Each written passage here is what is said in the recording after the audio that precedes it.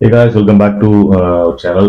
TNPC and UPSC படிக்கிற aspirants எல்லாத்துக்குமே இந்த வருடம் வந்து உங்களுக்கு கால்ஃபர் நெருங்கி கொண்டிருக்கிறது. ஏன்னா யூபிஎஸ்சிக்கு வந்து பிப்ரவரியில் 14th கால்ஃபர் பண்ணுறோம் அப்படின்னு ஆனுவல் கலண்டரில் சொல்லியிருந்தாங்க.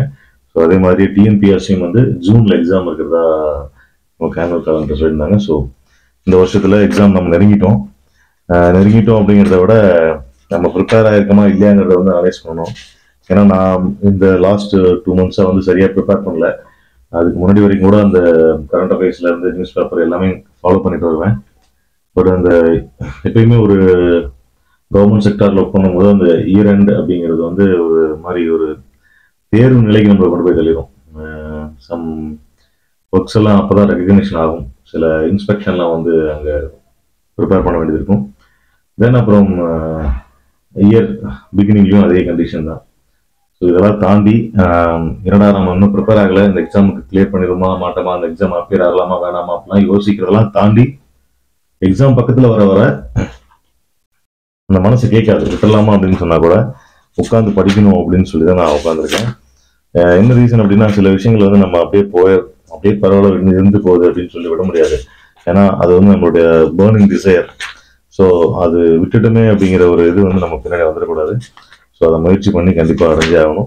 இதுக்காக தான் வந்து இந்த ஸ்டடி பிளாக் ரொம்ப லேட்டாக ஸ்டார்ட் பண்ணுறேன் இன்னைக்கு. ஸோ லேட்டாகவும் பரவாயில்ல, நான் ஆல்ரெடி கொஞ்சம் ப்ரிப்பேர் ஆகிருக்கோம். நமக்கு பேசிக்ஸ் அண்ட் ஃபண்டமெண்டல்ஸ்லாம் கொஞ்சம் ஆல்ரெடி ப்ரிப்பேர் இருக்கும். எல்லாத்தையும் ரீகால் பண்ணுறது தான் நமக்கு நிறைய டைம் எடுக்கும். ஸோ அந்த ரீகால் அப்படிங்கிறது தான் பெரிய விஷயம். ஸோ guys, இன்னைக்கு வந்து நான் வந்து ரொம்ப வீக்கர் செஷன் அப்படின்னா ப்ரிலிமினரியில் நான் அட்டன் பண்ண வரைக்கும் யூபிஎஸ்சியில் நான் இது வரைக்கும் ப்ரிலிமினரியே கிளியர் பண்ணல. அட்டன் பண்ண வரைக்கும் என்னுடைய வீக்கர் செஷன் அப்படிங்கிறது சிசேட்டில் தான். ஏன்னா ஜிஎஸ் கூட நம்ம படித்த ஏரியாவிலேருந்து நிறைய கொஸ்டின்ஸ் நம்ம கண்ணில் பார்ப்போம் கொஸ்டின் பேப்பரில். பட் சிசேட் அப்படிங்கிறது வந்து எவ்வளோ டஃப்பாக வைக்க முடியுமோ அவ்வளோ டஃப்பாக வைப்பாங்க. ஏன்னா அதில் வந்து நம்மளை ஃபில்டர் பண்ண தான் பார்ப்பாங்க. அதுவும் இல்லாமல் அதில் 33% வந்து எலிஜிபிலிட்டி வாங்கினா மட்டும்தான் நம்மளுடைய ஃபர்ஸ்ட் பேப்பர் வந்து திருத்துவாங்க. ஸோ அந்த நிலைமையில் இப்போ வந்து சிசேட்டை வந்து நான் இந்த மாதிரி ஸ்ட்ராங்காக ப்ரிப்பேர் ஆகிருப்போம் அந்த டைம் அப்படின்னு சொல்லிட்டு நான் முடிவு பண்ணியிருக்கேன். ஏன்னா கரண்ட் அஃபேர்ஸ் ஆகட்டும், ஜிஎஸ் ஆகட்டும், எல்லாமே ஆல்ரெடி பார்த்துருக்கோம். அதெல்லாம் ரீகால் பண்ண வேண்டியது இருக்கும். அதை சிசேட் வந்து அப்படி பண்ண முடியாது. ஒன்லி ப்ராக்டிஸில் மட்டும்தான் கொண்டு வர வேண்டியது இருக்கும். ஸோ கைஸ், நீங்களும் உங்களோட ப்ரிப்பரேஷன் வந்து நீங்கள் ஸ்டார்ட் பண்ணல, ஆல்ரெடி ப்ரிப்பேர் பண்ணிட்டு இருந்தீங்க, இடையில பிரேக் விட்டீங்க அப்படின்னா this is a right time to start again. ஏன்னா இப்போ விட்டுட்டீங்க அப்படின்னா எப்பயுமே அதை பிடிக்க முடியாது. ஸோ இன்னைக்கு நானும் அப்படிதான் உட்காந்துருக்கேன். ஸோ பார்க்கலாம் நம்ம எவ்வளோ தூரம் இந்த ஜேர்னி கொண்டு போகுது. கண்டிப்பாக படித்து எதுவுமே வேஸ்ட் ஆகிடக்கூடாது. எல்லாமே வந்து சக்ஸஸ்ஃபுல் அப்படிங்கிற ஒரு பாயிண்ட்ல போய் முடியணும். நம்மளுடைய ஹார்ட் ஒர்க்கும் நம்மளுடைய கான்சன்ட்ரேஷனும் நம்மளுடைய கன்சிஸ்டன்சியும் தான் அதுக்கு பதில் சொல்லும். ஸோ வாங்க பார்க்கலாம்.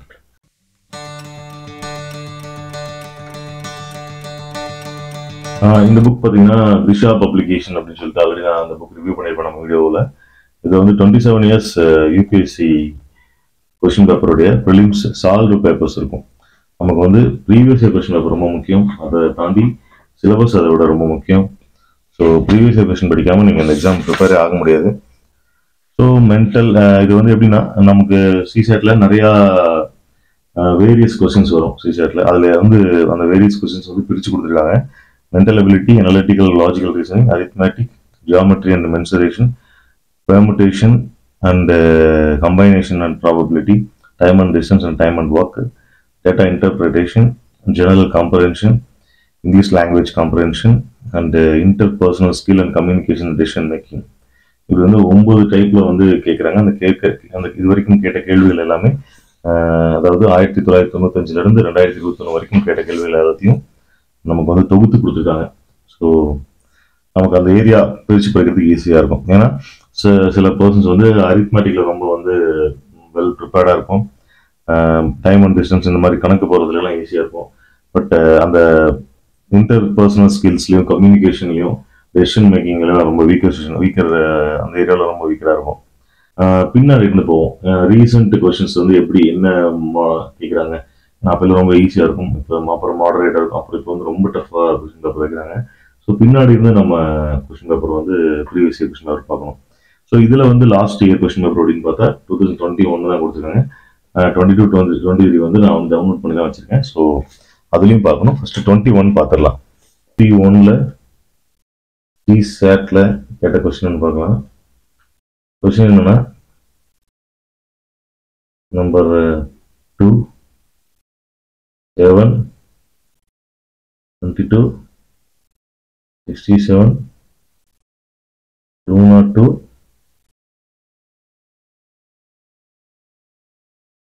X 1822. இதை வந்து இந்த எக்ஸ் வாட் இஸ் எக்ஸ்ன்னு கேட்குறாங்க. எக்ஸ் இந்த எக்ஸ் என்ன நம்ம ஃபைன் பண்ணணும். இந்த எக்ஸ் 2 7 22 67 202 எக்ஸ் 1822 இதான் வந்து கொஸ்டின். ஸோ இந்த சம்ம வந்து ஃபர்ஸ்ட் இந்த மாதிரி சம்ம வந்து கொடுத்துட்டாங்க அப்படின்னா நம்ம அடுத்தடுத்த நம்பருக்கு, இது வந்து சீரியஸ் நம்பர்ஸ் இல்லையா, அடுத்தடுத்த நம்பருக்குள்ள அந்த லிங்க்கை நம்ம பார்க்கணும். ஸோ ஃபர்ஸ்ட் வந்து இந்த நம்பருக்கும் இந்த நம்பருக்குள்ள லிங்க் பார்க்கலாம். இந்த நம்பருக்குள்ள லிங்க் பார்த்தோம்னா இப்போ இதை ஸ்கொயர் பண்ணோம்னா 4 வரும். 2வை ஸ்கொயர் பண்ணால் 8 வரும்.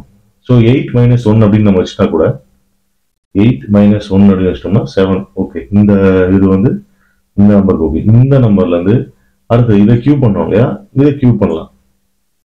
ஸோ கியூப் பண்ணோம் அப்படின்னா 7 49 49 × 7 அப்படின்னா 4 28 280 9 63 343 வரும். ஸோ 343 வரும். இந்த நம்பர் வந்து மேட்ச் ஆகாது. ஸோ 7 இதை கியூப் பண்ணோம், இதை ஸ்கொயர் பண்ணலாமா அப்படின்னு பார்த்தாலும் அதுக்கு அடுத்த சீரியஸ்ல அது போகாது. அப்படியே ஸ்கொயர் பண்ணாலும் 49க்கு போயிடும்.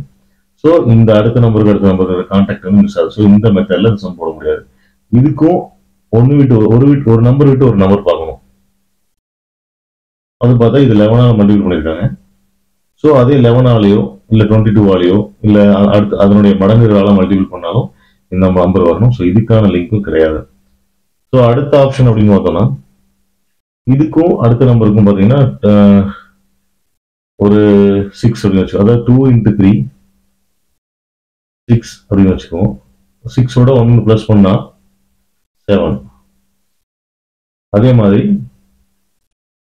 அடுத்து 7ஓட 3 மல்டிபிள் பண்றாங்க. ஸோ 21. 21ஓட 1 ப்ளஸ் பண்ணா 22. ஸோ இதுக்கான வேல்யூவும் நமக்கு மேட்ச் ஆகுது, இதுக்கான சீக்வன்ஸும் நமக்கு மேட்ச் ஆகுது. அடுத்து 22வை 3ஆல மல்டிபிள் பண்ணும்போது 66 கிடைக்கும். கூட்ட 1 கூட்டினோம்னா 67 ஆயிரும். ஓகே, அப்போ இதுவும் மேட்ச் ஆகுது. அடுத்தது 67ஐ 3ஆல மல்டிபிள் பண்ணா 3 18 சாரி 3 18 180 3 21 3 18 180 3 21 201 எக்ஸாக்டா 201 + 1 202. ஓகே, சூப்பர், இது மேட்ச் ஆகுது. அடுத்தது 202ஓட 3 மல்டிபிள் பண்ணா 606 வரும். அது கூட 1 கூட்டணும்னா 607. ஸோ இந்த நம்பர் என்னவா இருக்கணும் அப்படின்னா 607 இருக்கணும். அது அடுத்து இதை வச்சு செக் பண்ணிடலாம்.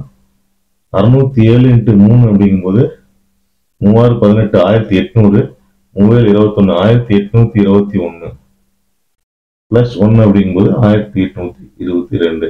ஸோ இதுக்கான சீக்வன்ஸும் மேட்ச் ஆகுது. ஸோ அந்த நம்பர் என்ன?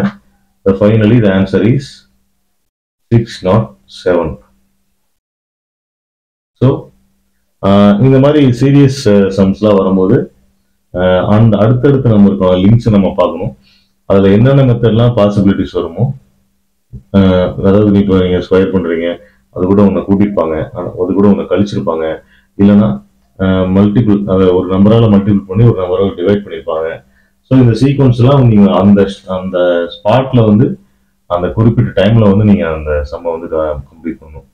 இதில் சில எக்ஸ்பிளனேஷன் புரியுற மாதிரி கொடுத்துருப்பாங்க, சில எக்ஸ்பிளனேஷன் வந்து ஸ்கிப் பண்ணியிருப்பாங்க. ஒரு ஜீனியஸிட்டிக்காக இருக்கும் அது. இந்த சம்மில் வந்து ஒரு முக்கியமான விஷயம் என்னன்னா, இந்த சம் படிக்கிறேன், P scored 40 marks more than Q in an exam அப்படின்னு சொல்றாங்க. அதாவது P வந்து ஒரு எக்ஸாம்ல Qவோட 40 மார்க் அதிகமாக ஸ்கோர் பண்றான். அதே மாதிரி Q வந்து Pயோட 10% வந்து லெஸ்ஸா ஸ்கோர் பண்றா அப்படின்னு சொல்றாங்க. இது ரெண்டும் நம்ம கவனிக்க வேண்டிய விஷயம் என்னன்னா, P உடைய மார்க்கை 40 மார்க்ஸ் அப்படின்னு சொல்லிட்டு மார்க்ஸ்லயும், Q உடைய மார்க்கை Pயோட 10% லெஸ் தேன் அப்படின்னு சொல்லிட்டு பெர்சன்டேஜ்லயும் கொடுத்துருக்காங்க. ஸோ இதை ஃபைண்ட் அவுட் பண்ணிட்டோம் அப்படின்னா நமக்கு அந்த கொஸ்டின் ஈஸி. இந்த விஷயத்த ஃபைண்ட் அவுட் பண்ணல, இதை நம்ம சுத்த விட்டுருச்சு அப்படின்னா 1/2 மணி நேரம் ஆகும் அந்த கொஸ்டின் நம்ம புரிஞ்சுக்கிறதுக்கு. ஸோ டைம் வேஸ்ட் ஆகும். ஸோ இதில் என்ன சொல்றாங்கன்னா பிஏ விட கியூ வந்து 40% வந்து 40 மார்க்ஸ் அதிகம், பட் கியூ வந்து பிஏ விட 10% வந்து குறைவு அப்படின்னு சொல்றாங்க. ஸோ இது 2 தான் ஸ்டேட்மெண்ட். ஸ்டேட்மெண்ட்டை தெளிவா 1க்கு 3 தடவை இந்த சம்ம படிச்சு புரிஞ்சு அந்த சம்ம நம்ம போட்டோம் அப்படின்னா கண்டிப்பா நமக்கு அந்த எக்ஸாம் ஈஸியா இருக்கும். ஸோ இந்த சம் எப்படி போட்டிருக்கேன் அப்படின்னு சொல்லிட்டு உங்களுக்கு எக்ஸ்பிளைன் பண்றேன், வாங்க பார்க்கலாம். ஸோ சம்ம ஃபஸ்ட் லைன் படிப்போம். ஃபஸ்ட் ஸ்டேட்மெண்ட்டு பி உடைய மார்க் வந்து கியூ உடைய மார்க்கை விட 40 அதிகம் அப்படின்னு சொல்கிறாங்க. ஸோ அப்போ நம்ம என்ன எழுதிக்கலாம்னா P equal to Q plus 40 அப்படின்னு எழுதிக்கலாம். ஏன்னா 40 அதிகம் அப்படின்னு சொல்லும்போது கியூடைய மார்க் நமக்கு தெரியாது. கியூ வந்து அப்படியே கியூன்னு கூட வச்சுக்கலாம், இல்லை எக்ஸ்ன்னு கூட வச்சுக்கலாம். ஸோ நம்ம ஃபைனலி கண்டுபிடிக்க வேண்டியது வந்து கியூ தான். அடுத்தது கியூவுடைய மார்க் என்ன சொல்கிறாங்கன்னா பி உடைய மார்க்கை விட 10% குறைவுன்றாங்க. ஸோ அது என்ன பண்ணலாம்னா பி மைனஸ் பி இன்ட்டு 10% அப்படின்னு போடுறோம். அந்த 10% அப்படிங்கிறத வந்து 10/100 நம்ம எழுதிக்கலாம். ஸோ அடுத்தது அந்த பிக்கு பதிலாக ஏற்கனவே நம்ம ஒரு ஸ்டேட்மெண்ட் வந்து நம்ம டெரைவ் பண்ணி வச்சுருக்கோம். P equal to Q plus 40 அப்படின்னு ஒரு ஸ்டேட்மெண்ட் இருக்குது. அந்த பிக்கு பதிலாக நம்ம வந்து அதை சப்ஸ்டியூட் பண்ணிடலாம். Q plus 40 is Q plus 40 minus P into 10% அப்படிங்கும்போது மறுபடியும் பியோடைய வேல்யூவை அங்கே நம்ம சப்ஸ்டியூட் பண்ணுறோம். கியூ ப்ளஸ் 40 இன்ட்டு 10/100 அப்படின்னு போட்டுக்கலாம். 10% அப்படிங்கிறத 10/100 நம்ம எழுதிக்கலாம். ஏன் அப்படி எழுதுகிறோன்னா 100%த்தில் 10% குறைவு அப்படிங்கும்போது 100 மைனஸ் 10 நம்ம எழுதக்கூடாது. 100 மைனஸ் 100 இன்ட்டு 10/100 100 மைனஸ் 100ல் 10% அப்படிங்கும்போது மறுபடியும் 100 இன்ட்டு 10% அப்படின்னு போடணும். ஸோ அப்போ தான் 90%ங்கிறது கரெக்டாக வரும். அதனால் நம்ம அப்படி எழுதிக்கிறோம். P minus P into 10%. அந்த பிக்கு பதிலாக கியூ ப்ளஸ் 40 சப்ஸ்டியூட் பண்ணுறோம். கியூ ப்ளஸ் 40 அந்த 10 உள்ளே நம்ம கொண்டு வந்தோம்னா 10Q plus 40Q divided by 100. இப்போ அடுத்த ஸ்டெப் வந்து அந்த 100 காமனாக கொண்டு வரோம். 100Q ப்ளஸ் 4000 மைனஸ் அது ப்ராக்கெட்குள்ளே இருக்குது. ஸோ 10Q மைனஸ் உள்ளே போச்சு அப்படின்னா மைனஸ் 10Q மைனஸ் 400ன்னு மாறிடும். ஸோ இந்த இடத்துலலாம் நம்ம தப்பு பண்ணக்கூடாது. ப்ராக்கெட்குள்ளே வந்து இந்த மைனஸ் உள்ளே போகுது அப்படின்னா உள்ளே இருக்கிற வேல்யூஸும் மைனஸாக மாறும். ஸோ ஃபைனலி நம்ம எப்படி இந்த ஸ்டேட்மெண்ட் நமக்கு கிடச்சிருக்கு அப்படின்னா அந்த 100Q மைனஸ் 10Q அப்படிங்கிறத வந்து 90Qன்னு எழுதிக்கலாம். ஏன்னா 10 போச்சுன்னா 90Q. 4000 மைனஸ் 400 அப்படிங்கிறத வந்து 3600 அப்படின்னு எழுதிக்கலாம். 600 டிவைடட் பை 100. அந்த பக்கம் Q இருக்குது. ஸோ 100 அந்த பக்கம் போச்சுன்னா என்ன ஆகும்? 100Q equal to 90Q plus 3600 ஆயிரும். இந்த 90Q அந்த பக்கம் போச்சுன்னா மைனஸ் 90Q ஆயிரும். ஸோ 100Q மைனஸ் 90Q வந்து 10Qன்னு மாறிடும் ஈக்குவல் டு 3600. இப்போ நமக்கு தேவை Q மட்டும்தான். Q அப்படியே வச்சுக்கிட்டு 3600 10 இந்த பக்கம் கொண்டு வந்தால் டிவைடட் பை 10. ஸோ 10 வந்து 3600 அடிச்சோம்னா ஒரு 0 அடிபட்டு போயிடும். Finally we will get the answer 360 அப்படிங்கிறத இந்த சம்முடைய ஆன்சர். இதை நம்ம செக் பண்ணலாம். Q வந்து 360 அப்படின்னா பியுடைய மார்க் என்ன சொல்கிறாங்க? 360 விட 40 அதிகம். 40 அதிகம் போது ப்ளஸ் 40 போட்டோம்னா பியுடைய மார்க் வந்து 400 அப்படின்னு ஆயிரும். ஸோ ரெண்டாவது ஸ்டேட்மெண்ட்டையும் நம்ம செக் பண்ணலாம். கியூவுடைய மார்க் வந்து பியுடைய மார்க்கோட 10% வந்து குறைவுன்றாங்க. 10% அப்படிங்கும்போது 400ல் 10% போச்சுன்னா 40 மார்க் போயிடும். 40 போச்சுன்னா 360. ஸோ ரெண்டையும் செக் பண்ணியாச்சு. ஸோ இதுதான் ஆன்சர் அப்படிங்கிறது நமக்கு வந்து ப்ரூவ் ஆயிடுச்சு. ஸோ கைஸ் ஒரு சின்ன சம் தான். நம்ம சின்ன சின்ன விஷயங்கள் மிஸ்டேக் பண்ணும்போது அது கரெக்டாக வராது. கொஞ்சம் கேர்ஃபுல்லாக போடணும். ஸோ நெக்ஸ்ட் வீடியோவில் மீட் பண்ணலாம். தேங்க்யூ. பாய்.